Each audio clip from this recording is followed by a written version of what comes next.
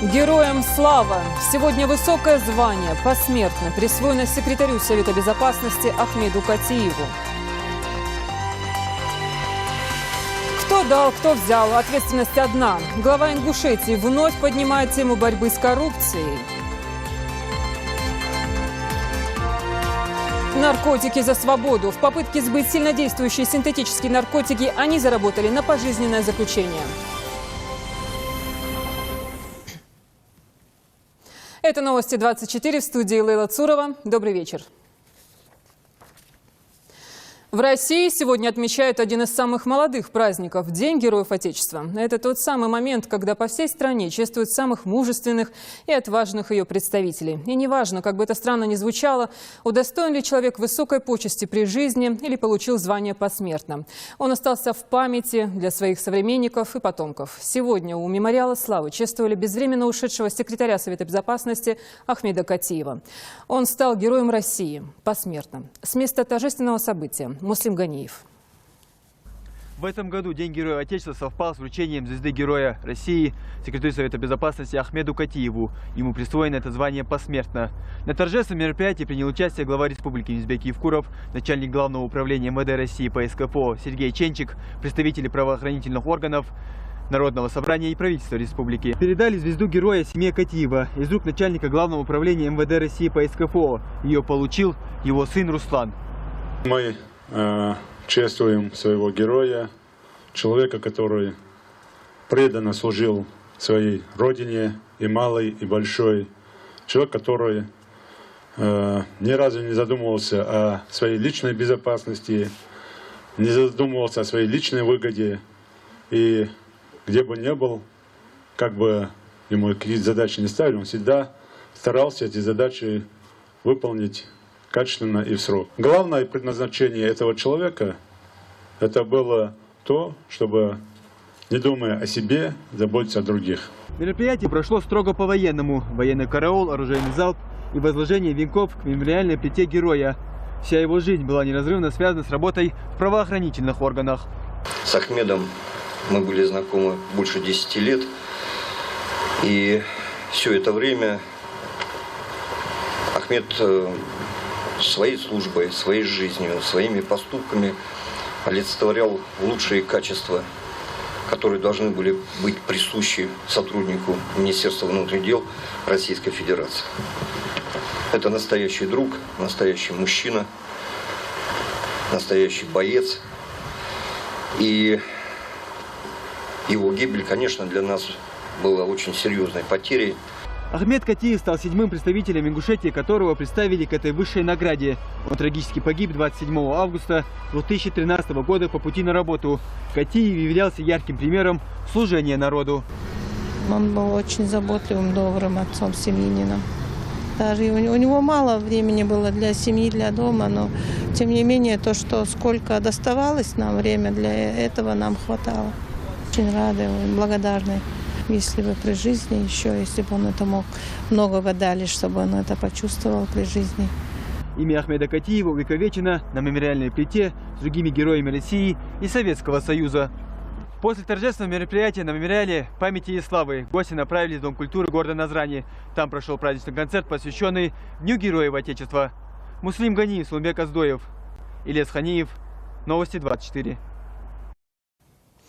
Сулумбек Асканов, Абукар Кастоев, Ахмед Катиев, а также герои ныне здравствующие Юнусбек Евкуров, Руслан Альгиев и другие служили и служат Родине на разных фронтах, избегая бесполезных опасений.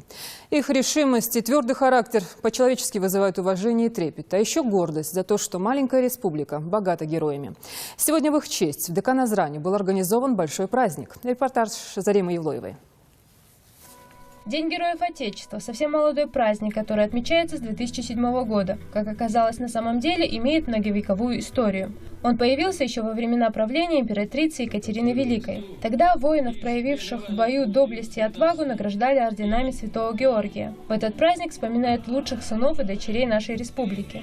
Руслан Альгиев удостоен звания Героя России. В августе 2009-го во время теракта он спас жизни почти 100 сотрудников ОВД Назрановского района. Его решительные действия остановили машину, начиненную взрывчаткой. И сегодня Юнусбек Евкуров отметил его, вручив награду за заслуги перед Отечеством. Наградить орденом за заслуги Героя Российской Федерации, капитана милиции в отставке Нагиева Руслана Муратовича.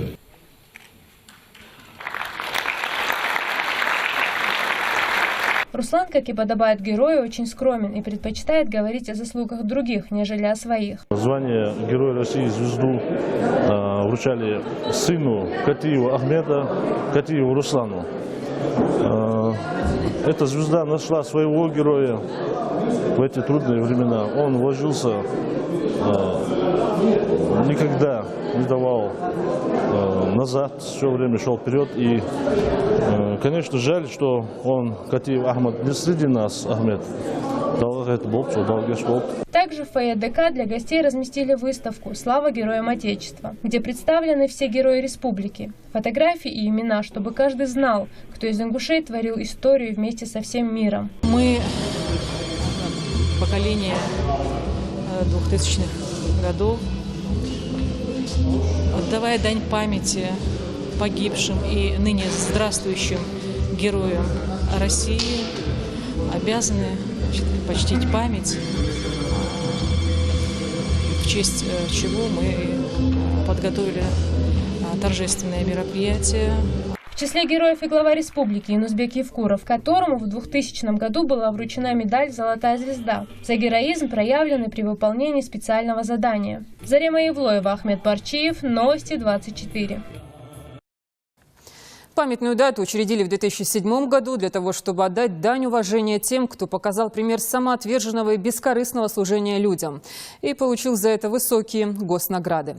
7 героев России, более полусотни героев Советского Союза родом из Ингушетии.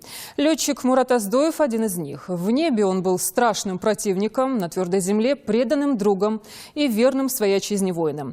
Для него Великая Отечественная закончилась 8 мая 1945-го. Историю одного героя узнал наш корреспондент Руслан Албагачиев. После окончания школы Мурат Оздоев поступил в Грозненский аэроклуб, а уже после поступил в Армавирскую военно-авиационную школу пилотов и прямиком оттуда попал на фронт, где проходил службу в авиационном полку. Там ему необходимо было вести прикрытие авиации бомбардировщиков. Воевал он в начале Курско-Орловская дуга, после этого Псковская область, в этих местах Подмосковье и вокруг Москвы. Он рассказывал, ездил в Москву получать самолет. Сын Мурада Оздоева, Казбек, живет на Зране и с гордостью рассказывает о военной службе отца. Каким он был солдатом и как заслужил звание героя. Он рассказал маленькую историю, когда они сопровождали бомбардировщики, один летчик отставал от них. И когда они, выполнив задание, обратно летели, он пристраивался. И один день отец не выдержал, выхватил пистолет и хотел его застрелить. И этот друг его, Суровечкин, рукой отвел этого летчика, перевели в другую часть. Мурат Оздоев был старшим летчиком 431-го полка истребительной авиации. Во время Великой Отечественной войны он совершил 248 боевых вылетов. В воздушных боях сбил 8 самолетов противника. Последний вылет летчика состоялся 25 января 1944 года на прикрытии штурма железнодорожной станции Маево в Псковской области. Во время боевого задания в самолет Оздоева попал зенитный снаряд, но он направил машину на эшелоны врага, а сам выпрыгнул с парашютом. При падении получил ранение и попал в плен. И только 8 мая 1945 года лагерь, где находился Мурат Оздоев, был освобожден советскими войсками.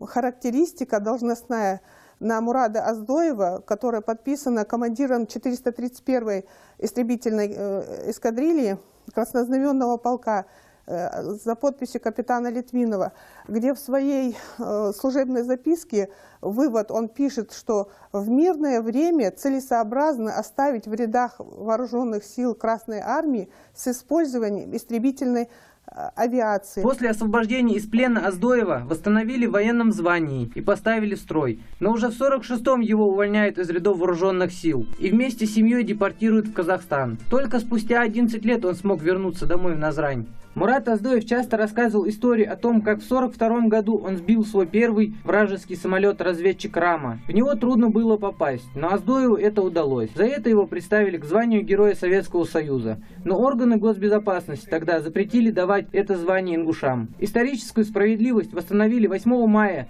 1995 года указом президента России за мужество и героизм, проявленный в борьбе с немецко-фашистскими захватчиками. Младшему лейтенанту авиации Мураду Оздоеву было присвоено геройское звание. Руслан Албагачиев, Ахмед Парчиев, Сурхо Кусиев, Новости 24.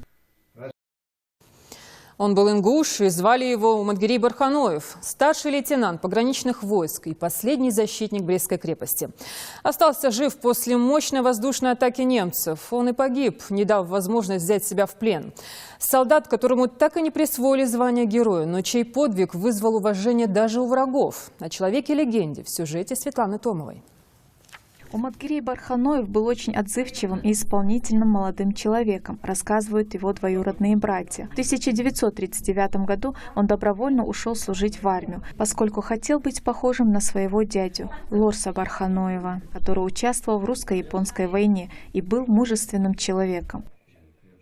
Армия добровольно, да, ага. Со слов старших, Умадгирей ушел добровольно в армию. Закончил военную школу пограничников. Тогда Калининград называли Кенигсберг. Там он служил, и уже оттуда его как пограничника направили в Брест. Он был патриотически настроен к войне. После того, как уехал служить, всего несколько раз написал матери письмо. Когда его войско перекинули в Брест, от него больше не было вестей. Барханоев числился без вести пропавшим. Но его мать все равно надеялась увидеть своего ребенка живым и всегда носила фотографию сына с собой.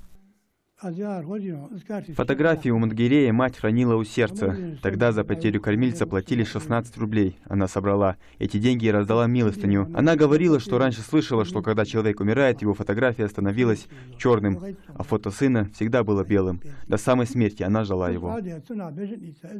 Нацистам казалось, что никто уже не остался в живых, что от крепости остались одни руины. Но здесь и руины продолжали стрелять. И тогда немцы нанесли мощнейший удар с воздуха, после которого выжить шансов не было ни у кого. И когда гитлеровцы уже праздновали победу, откуда-то из пылающих развалин вышел, как им показалось, старик в форме советского офицера, почти слепой, израненный, но с гордо поднятой головой. А ему было всего 22 года. «Кто ты?» — спросил его немецкий переводчик. «Я советский солдат», — ответил последний защитник крепости. Немецкий генерал вдруг по-русски отдал ему честь. За ним последовали и другие. А человек в форме советского старшего лейтенанта выхватил из кобуры пистолет и выстрелил себе в висок. Немцы были поражены его поступком. Похоронили они его с воинскими почестями. Памятник Умадгирею Барханоеву в форме и с оружием в руках был открыт на мемориале памяти и славы в Назрани. Позади него фрагмент обстрелянной врагом стены Брестской крепости. Прочитав о его подвиге, член Совета писателей России Борис Шадышев написал о нем книгу в 2 томах о его молодости и жизни со слов родственников и сестры. Меня, конечно, взволновала судьба или, там сказать, история Умадгирея Барханоева. Он не боится ни смерти, и ни их он не боится, а просто не хотел находиться в плену в таком состоянии, когда он постепенно теряет зрение. Вот. И он решил покончить жизнь своим самоубийством. Как бы ни говорили, там, можно, нельзя, но он поступил действительно правильно. 90 уроженцев Ингушетии защищали Брестскую крепость. Они были разных национальностей, но цель у них была одна – защищать свою родину, несмотря ни на что, даже ценой своей жизни. Светлана Томова, Гапурчах, Киев. Новости 24. К другим темам. Борьба с коррупцией, нерациональное использование заводов Ингушетии и испорченные кредитные истории стали основными темами совещания у главы Ингушетии. Обо всем по порядку расскажет Хава Султыгова.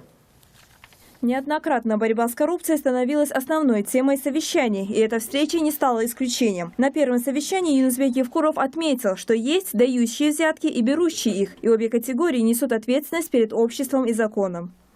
Те же, кто эти деньги получает, они водят по кругу людей для того, чтобы человек в конце концов сказал: делал сюда, я думаю, Доклады зачитали заместитель руководителя администрации Магомед Гогиев и помощник-советник главы Башир Хашагульгов. Они рассказали о различных антикоррупционных схемах и о результатах проведенной работы. По этим программам у нас есть конкретные результаты, скажем, по экономическим грантам, по линии Министерства экономики выявлен ряд людей, которых мы выгнали ранее из системы образования именно за аналогичные нарушения. И они там всплыли.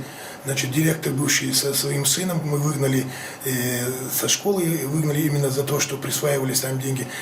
Всплыли они в этой программе, мы их вычеркнули. Там очень серьезные наработки. По этой линии есть. Кроме этого, по линии Минсельхоза мы выявили ряд людей, которые ранее получали по другим программам, и тоже их оттуда исключили. Эти материалы должны дать определенный эффект.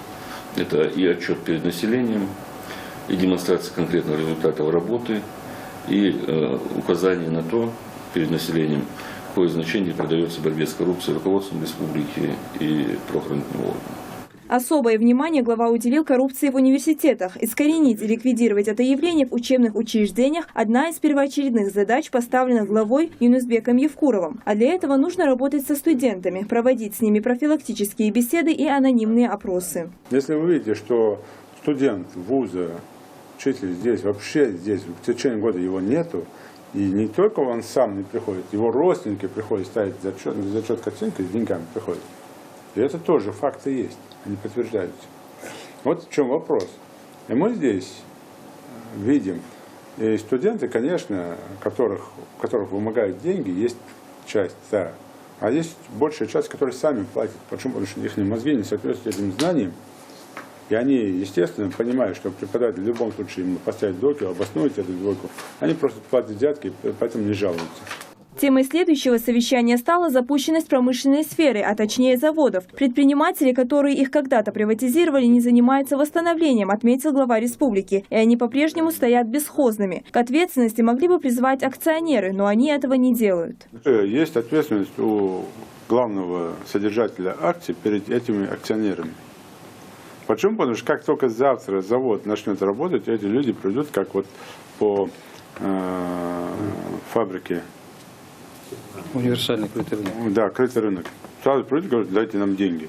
Не сами работают, а что эти люди, акционеры, сами предпринимают? Почему они этого главного акциосодержателя не заставляют работать? Почему? Потому что тоже доход есть. Следующая глава муниципального образования, район и село. Почему они никаких мер не предпринимают, почему не заставляют, почему не уговаривают человека, который взял эту территорию, приватизировал, делать что-то? Почему? Потому что он может, если правильно запустить его, бюджетообразующий для этого села. Более того, есть случаи, когда на территориях заводов незаконно проживают люди. У нас директор ГУПа почему-то может откуда-то привезти какую-то семью, заселить на территорию ГУПа, чтобы эта семья ему там боготворила, этого директора ГУПа, который нарушает закон. Ну, к себе домой-то они не хотят заселять этих людей. А на объекты государственного значения они не хотят заселить. Глава Ингушетии дал указание разобраться со сложившейся ситуацией с заводами до конца декабря. Также Евкуров провел совещание на тему банковских кредитов. Выслушав доклады, глава дал указание составить списки физических и юридических лиц, которые не оплачивают кредиты, и запретить злостным неплательщикам участвовать в социальных программах. Хава Султыгова, Тимур Карахоев, Новости 24.